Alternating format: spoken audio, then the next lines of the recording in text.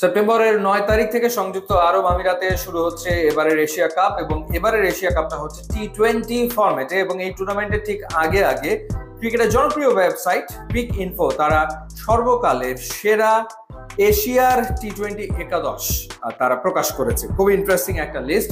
সেই লিস্টে কারা আছে সেটা আপনাদের জানাতে চাই এবং এই টিমটা নিয়ে আলোচনা করতে চাই। তো ক্রিক ইনফোর মতে এশিয়ার সর্বকালের সেরা টি-20 একাদশের ওপেনিং এ রাখা হয়েছে দুজন শ্রীলঙ্কানকে। তার আগে জানিয়ে রাখি যে এই 11 জনের ভেতরে সর্বোচ্চ 4 জন ইন্ডিয়ান, 3 জন শ্রীলঙ্কান, পাকিস্তানের 2 জন, আফগানিস্তান এবং বাংলাদেশের 1 জনকে জায়গা দেওয়া হয়েছে। তো ওপেনিং এ রাখা হয়েছে সানা জয়সূরি এবং মাহেলা জয়বর্ধনেকে। 2 শ্রীলঙ্কান থাকছেন ওপেনিং এ।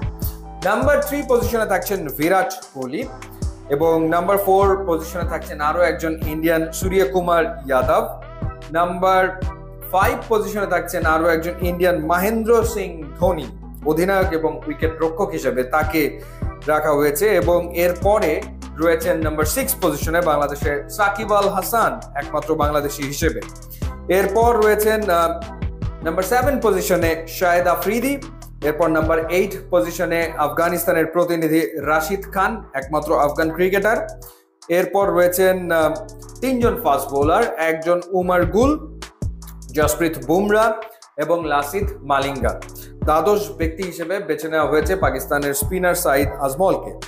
সো এই হচ্ছে অ্যাকর্ডিং টু ক্রিক ইনফো এশিয়ার সর্বকালের সেরা টি-20 একাদশ, যেখানে যেমন রোহিত শর্মা তাকে রাখা হয়নি, তারপর পাকিস্তানের রিজওয়ান কিংবা বাবর আজম তাদেরকেও বিবেচনা করা হয়নি, বাংলাদেশ থেকে শুধুমাত্র সাকিব আল হাসানকেই রাখা হয়েছে। এবং এই ক্ষেত্রে বিবেচনা করা হয়েছে 3 জন ফাস্ট বোলারকে, অর্থাৎ যে একাদশটা করা হয়েছে 3 জন ফাস্ট বোলার লাসিথ মালিঙ্গা, জসপ্রীত বুমরা, উমর গুল। স্পিনার সেই ক্ষেত্রে 3 জন রাশিদ খান, শাহেদ আফ্রিদি এবং Shakib Al Hasan. So allrounder basically 2 জন সাকিব আল হাসান এবং শাহেদ আফ্রিদি, এবং জেনুইন ব্যাটসম্যান সেই ক্ষেত্রে রাখা হয়েছে 5 জনকে। সো এই হচ্ছে তাদের লিস্ট।